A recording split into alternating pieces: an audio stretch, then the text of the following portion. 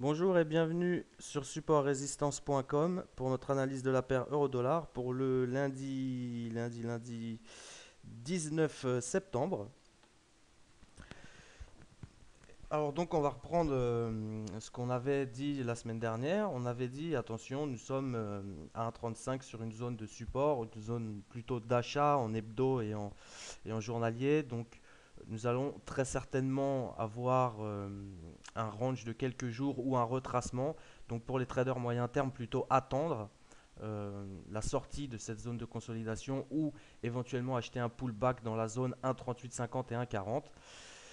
Et donc, on a eu un petit peu les deux finalement, puisque pendant quelques jours, hein, on a bien consolidé, hein, on a fait un canal haussier très très propre, hein, de faible pente, hein, belle petite consolidation. Et grâce aux dons généreux des banques centrales hier, on a cassé fortement ce canal à la hausse pour aller tester notre zone de pullback. On est très généreusement rentré dans notre zone de pullback. On n'a pas vraiment mordu les 1,40, mais bon, c'est pas très grave, hein. Donc évidemment, il ne s'agissait pas de shorter un marché en pleine ascension, hein. Comme vous avez pu le voir sur le blog, moi hier j'ai shorté une petite portion de marché, hein, 35 pips à l'intérieur du canal. Et donc toute la journée, je suis resté flat, hein, à cause de justement cette intervention.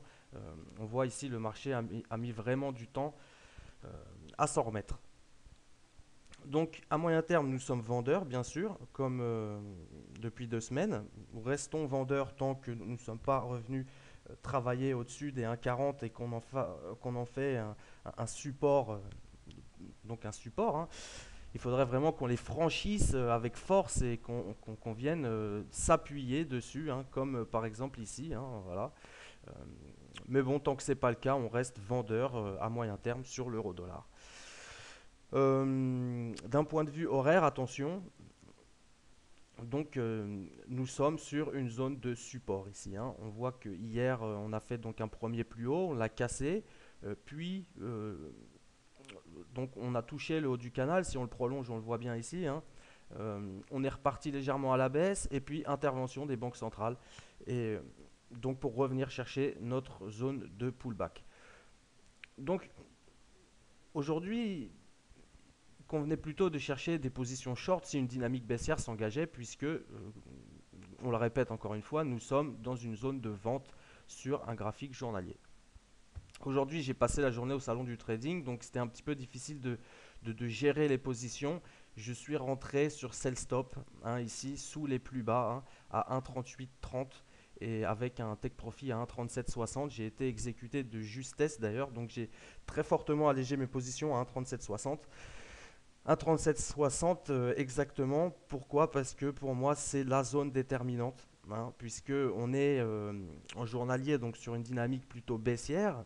On est dans une zone de pullback intéressante, mais à cause de l'intervention des banques hier, nous sommes en graphique horaire sur une dynamique, une tendance qui a l'air de s'engager, une tendance haussière.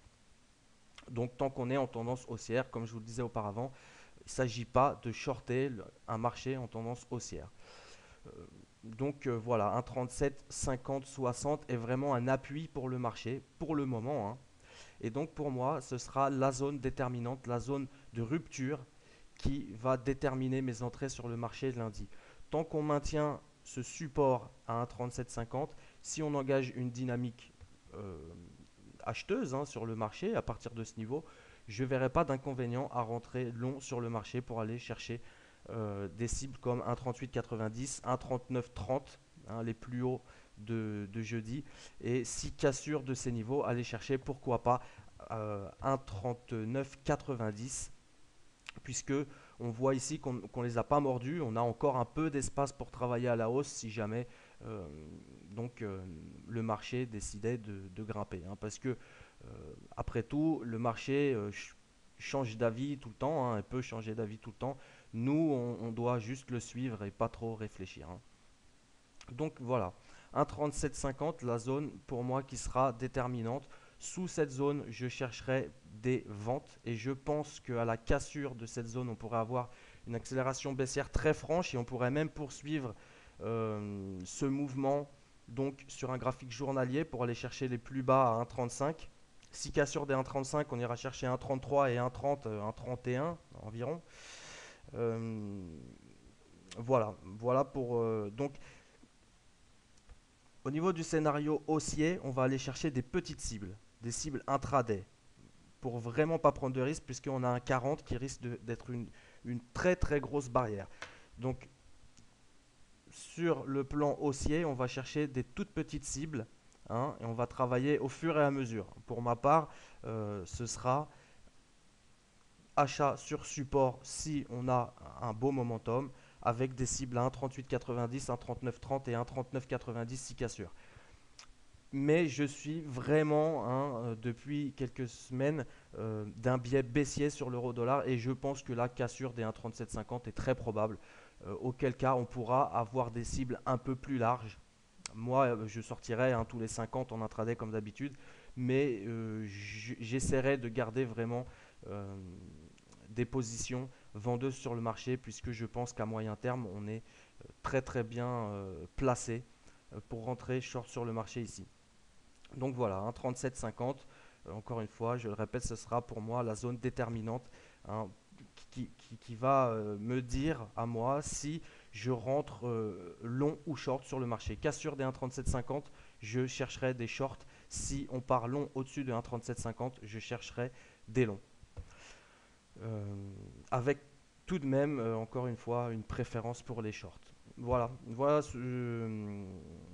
ce qu'on peut dire sur l'euro dollar, hein. 1,3750, zone très importante à surveiller. Voilà, donc je vous souhaite un bon week-end et à lundi sur supportrésistance.com.